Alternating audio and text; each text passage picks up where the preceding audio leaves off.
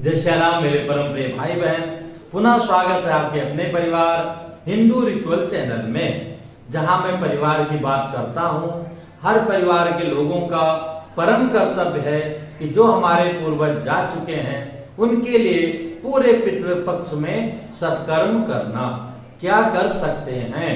तो जिनके भी माता पिता नहीं हैं अथवा दादा दादी नहीं हैं अथवा दादा दादी हैं पर वो सक्षम नहीं है, माता पिता हैं वो सक्षम नहीं है, वो श्राद्ध कर्म नहीं कर सकते हैं, तर्पण नहीं कर सकते हैं, तो हमें अवश्य कंपलसरी रूप से करना चाहिए।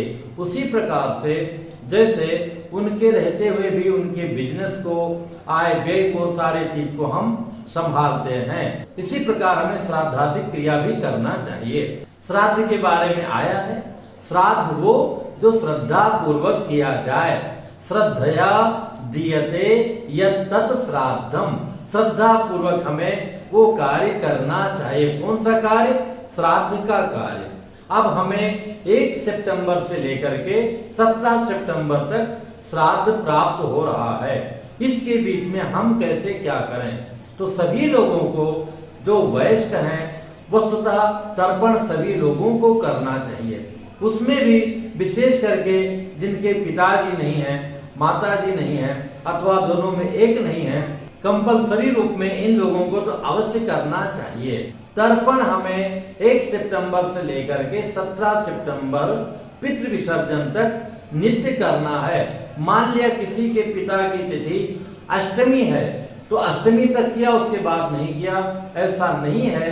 वहां तक हमें पूरा करना है। पितरों से ज्यादा अपने कर्तव्य के पालन करने के लिए और उससे उत्पन्न हुए पुण्य को प्राप्त करने के लिए, दोषों से बचने के लिए नित्य 17 दिन तक तर्पण करना चाहिए। इस बार 17 दिन पड़ा है। तर्पण स्त्रियां भी कर सकती हैं। तर्पण की पूरी विधि और श्राद्ध से संबंधित, श्राद्ध में क्या क्या भोजन में सामग्री लेना चाहिए, किन पदार्थों को नहीं लेना चाहिए, गया श्राद्ध के बारे में आदि सारा कुछ इसी एक वीडियो लिंक में उपलब्ध है। इसको आप टच करेंगे तो आपको प्राप्त हो जाएगा। तर्पण करने की पूरी विधि जो आप स्वयं कर सकते हैं डेली सरलता से। यही नहीं, श्राद्ध में कौन कौन से पदार्थ भोजन में लेना चाहिए, कौन से पदार्थ नहीं लेना चाहिए, श्राद्ध की तिथियां, किस डेट को किस तिथि का श्राद्ध है, ये सारा कुछ आपको इस एक लिंक में उपलब्ध हो जाएगा। अगर मुझे समय मिला तो स्त्रियां तर्पण कैसे करें उसके लिए मैं अलग से वीडियो भी आपको अर्पित करने का प्रयत्न करूंगा। और भी कई अत्यावश्यक चीजें जो मेरे दिमाग में चल रही हैं, जो हमने अनुभव किया है, वो भी मैं यथासंभव श्राद्ध के पहले ही मैं आपको अर्पित करने का प्रयत्न लगातार करता रहूंगा। जगमोहन दीक्षित भैया ने पूछा था एक प्रश्न जो सभी के मन में आता होगा कि हम श्राद्ध किस तिथि को करें? मृत्यु तिथि को करें, जिस समय उनका मृत्यु हुआ या जिस समय उनको अग्नि संस्कार किया गया, उनको जलाया गया। तो श्राद्ध हमें मृत्यु तिथि में ही करना चाहिए, जिस समय व्यक्ति का प्राणांत हुआ। अग्नि के समय जो नियम होता है वो उस दिन से 13 दिन का नियम होता है। बाकी पूरा जीवन पर्यंत सदा के लिए मृत्यु तिथि पर ही श्राद्ध किया जाता है। यही नहीं, श्राद्ध ऐसी विधि है कोई भी व्यक्ति किसी के लिए कर सकता है। और इसलिए आपके कुल खानदान में किसी की अगर कोई संतान नहीं है अथवा नालायक है अथवा जो है जय जय सिया राम कुछ अलग रूप में है, तो भी उसके कल्याण के लिए हम सभी कर सकते हैं। गया श्राद्ध जीवन में एक बार अवश्य करना चाहिए, पर एक बार हम जाके आ गए इसका मतलब नहीं कि हमारे कर्तव्यों की पूर्ति हो गई। हम दोबारा भी जा सकते हैं, तिबारा भी जा सकते हैं। हम अगर ना भी गए तो भी हमें श्राद्धादि क्रिया करते रहना चाहिए।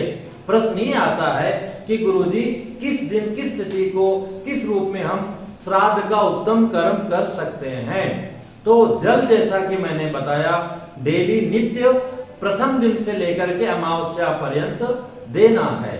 श्राद्ध किस दिन करें, तो जिस दिन आपके पिताजी की तिथि हो, पिताजी का जिस दिन स्वर्गवास हुआ हो उसी दिन दादाजी का भी, दादी का भी, परदादा जी का, परदादी जी की, नाना जी का, परनाना जी का, जब परनाना जी का, तो इस प्रकार से 3 पीढ़ी अपने पिता के कुल के, 3 पीढ़ी माता के कुल के, 6 पिंडदान प्लस विश्वदेव के निमित्त विश्वदेव पूजा, इसके साथ में जो भी आपके भाई, चाचा, बुआ, फूफा, मित्र, गुरु कोई भी गया हो उनके निमित्त एक्स्ट्रा आप पिंडदान कर सकते हैं। इस क्रिया को पार्वण श्राद्ध कहा जाता है। स्वयं कर पाना एक अच्छे आचार्यों के लिए भी नामुमकिन जैसा होता है, इसलिए अगर आपको पार्वण श्राद्ध करना है तो आचार्यों पुरोहितों को बुला करके उनके द्वारा संपन्न कराइए। किस दिन कराइए, जिस दिन आपके पिताजी की अथवा पिताजी जीवित हैं तो आपके बाबा जी की पुण्य तिथि है, उसी दिन सारे पितरों का श्राद्ध एक साथ में हो जाता है। पूरे श्राद्ध पीरियड में हमें लहसुन प्याज इत्यादि का त्याग करते हुए सात्विकता से ब्रह्मचर्य का पालन करते हुए रहना चाहिए। बहुत बड़ा कार्य है, इसीलिए बाकी अन्य पूजा पाठ को इस बीच में बंद कर दिया गया है, केवल बहुत कंपलसरी। हाँ, ये भी लोग प्रश्न करते हैं गुरुजी श्राद्ध के दिनों में हम पूजा करें कि ना करें। बिल्कुल करना है, जैसे आप अपने भगवान की सेवा करते आए हैं उसी प्रकार से करना है। कई लोग पूछते हैं गुरुजी श्राद्ध में पूजा नहीं करना चाहिए क्या, ये उनकी अज्ञानता है। बिल्कुल करना चाहिए। हाँ, लहसुन प्याज की बात है, अगर आप 15 दिन नहीं त्याग कर पाते हैं किसी भी कारण से, तो जिस दिन पिताजी का अथवा दादाजी का घर में मुख्य श्राद्ध है उसके एक दिन पहले श्राद्ध के दिन और अगले दिन 3 दिनों तक जो है हमें लहसुन प्याज ग्रहण नहीं करना चाहिए। नहीं तो कम से कम श्राद्ध वाले दिन किसी भी रूप में हम ग्रहण ना करें। कई जगह ये बहुत ही गलत परंपरा है कि किसी के पिताजी अगर मान लिया जय जय सिया राम मजरा के शौकीन थे तो लोग कहते हैं जय जय सिया राम मजरा वहां करना चाहिए। कुछ लोग कुछ अभद्र चीज खाते थे, तो ये सब बहुत गलत परंपरा है। भूल करके भी इन सब चीजों का प्रयोग हमें नहीं करना चाहिए, इसमें महापाप लगेगा, आपका किया हुआ पुण्य भी जय जय सिया राम हो जाएगा। दूसरी बात क्या हमने सीखा कि अगर पिताजी हैं तो दादाजी की पुण्यतिथि पर, और दुर्भाग्य से पिताजी नहीं हैं तो उनकी पुण्यतिथि पर पार्वण श्राद्ध करना है। किसी भी कारण से अगर आप पार्वण श्राद्ध नहीं करा पा रहे हैं तो आप केवल ब्राह्मण भोजन करा देंगे। प्रश्न है कितने ब्राह्मण भोजन कराएं, तो माता पिता दादा दादी परदादा परदादी मतलब 3 दूनी 6, इसी प्रकार से 6 नाना कुल के 12 लोग हो गए। उसके बाद में विश्वदेव के निमित्त, इसके बाद में अन्यान्य जो पितृगण हैं, तो मोटा मोटी देखा जाए तो 15 ब्राह्मण का भोजन कराना उत्तम रहेगा। इसमें भी अगर कोई दिक्कत है तो उसका आधा कर देते हैं तो 8 ब्राह्मण का भोजन कराना उत्तम रहेगा। ये श्राद्ध का मध्यम प्रकार है, किस प्रकार से भी आप केवल भोजन करा करके भी श्राद्ध कर सकते हैं। सबसे सामान्य प्रकार क्या है कि आप इतना खुराक, इतने में जितने लोग भोजन कर लें उतना सीधा दान अर्पण कर दें, राशन अर्पण कर दें, जिसमें सब लोग तृप्त होकर भोजन कर लें। तो तीनों प्रकार है। नंबर 1 का क्या हो गया, पार्वण श्राद्ध प्लस ब्राह्मण भोजन। द्वितीय में क्या हो गया, केवल ब्राह्मण भोजन। तीसरे में क्या हो गया, उनके निमित्त अन्न इत्यादि निकाल देना। घर में कोई करने वाला नहीं है, आपकी इच्छा है तो आप फल, दूध, ड्राई फ्रूट्स इत्यादि भी खिला करके विधि पूरा कर सकते हैं, पर वो होटल में ले जाकर खिलाना ये परंपरा का और धन का और उस विधि का जय जय सिया राम कोई माने मतलब नहीं रहेगा, उसका दुरुपयोग करना ही रहेगा। इस प्रकार आप बहुत सरलता से सारा कार्य कर सकते हैं। जो लोग समर्थवान हैं पर गया जी जा नहीं सकते हैं, अथवा विदेश में है अथवा यही है स्वस्थ है, जहाँ कई वर्षों से प्लान कर रहे हैं गया जी नहीं जा पा रहे हैं, तो अगर वो लोग चाहेंगे तो हम लोग प्रयत्न कर रहे हैं उनके पिताजी की तिथि के दिन गया जी में अथवा सब पितृ अमावस्या के दिन श्राद्ध कराने की पूरी व्यवस्था किया गया है। अगर आप चाहते हैं तो उसका फॉर्म इसी के डिस्क्रिप्शन में सबसे ऊपर है, आप भर दीजिएगा। समय पाकर हमारे जो सहयोगी आचार्य जी हैं आपसे बात कर लेंगे।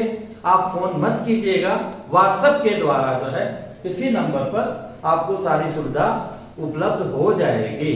फिर मिलूंगा एक नई जानकारी के साथ में। जय श्री राम। ओम शिव शंकर बम भोले भोले, ओम शिव शंकर बम भोले भोले, ओम शिव शंकर बम भोले भोले, ओम शिव शंकर बम भोले। क्यों गे राम बाबोले, क्यों गे राम बाबोले,